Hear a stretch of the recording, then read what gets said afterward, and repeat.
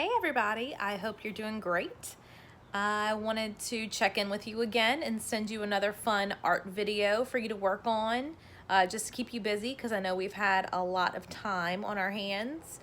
I hope that you're doing well with your lessons and you're keeping up. Remember, if you ever need any help, reach out to any teacher that you trust. We're all here for you. You can find our email addresses online. We're definitely missing you as much as you were missing us. And I think the big thing for us right now is to remember to be grateful for the things that we have. So for me, especially seeing all the other states that are also shut down right now, we've been very blessed here in Louisiana to have some beautiful weather to go and enjoy outside. So make sure you take advantage of that. Go outside for a little while, spend some time in the sun, even take your iPad or whatever outside when you do your art project.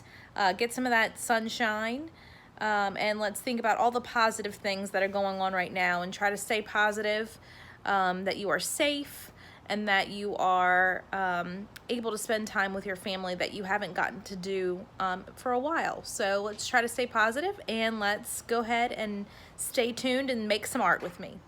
All right, I am ready to get started. I know that you probably remember the artist Wayne Thiebaud that we talked about in the a couple of weeks ago. And we drew some donuts or some ice cream cones. Well, today I'm going to show you how to draw a cake that looks like a big slice has been cut out of it. So first you want to start with your paper, horizontal, and please excuse my, my tool here that's holding my paper together for me. So I'm going to start in the middle of my paper, and first you want to just draw a straight line. That is going to be where the slice came out of the cake. Next, we're gonna draw a V.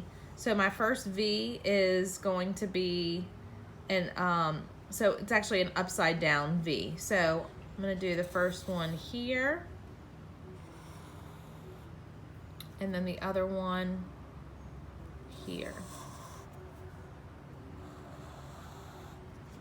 Then I'm gonna do two straight lines. I'm going to connect these two lines here. Go here and here. Next, I'm going to make the top of the cake. So what I'm going to do for that is I'm going to make an oval around touching these points here. So I'm going to start at this point. I'm going to go around. Okay, so there's my oval. I'm going to come down straight from the side of this curve.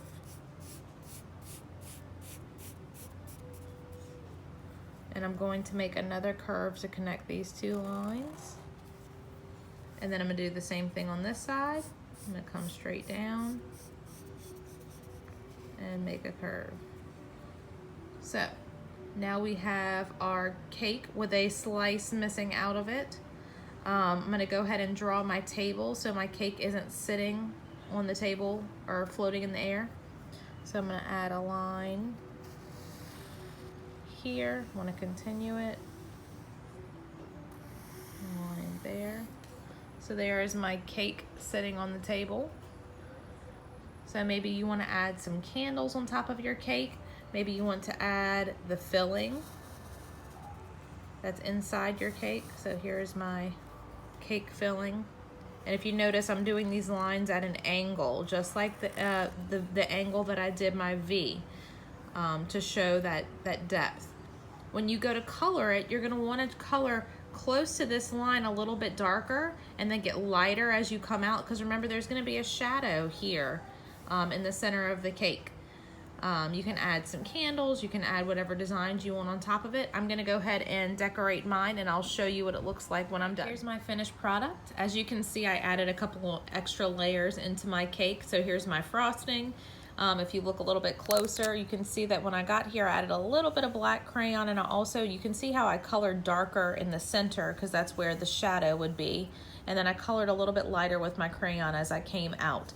I also traced with marker and then filled in with either color pencil or crayon.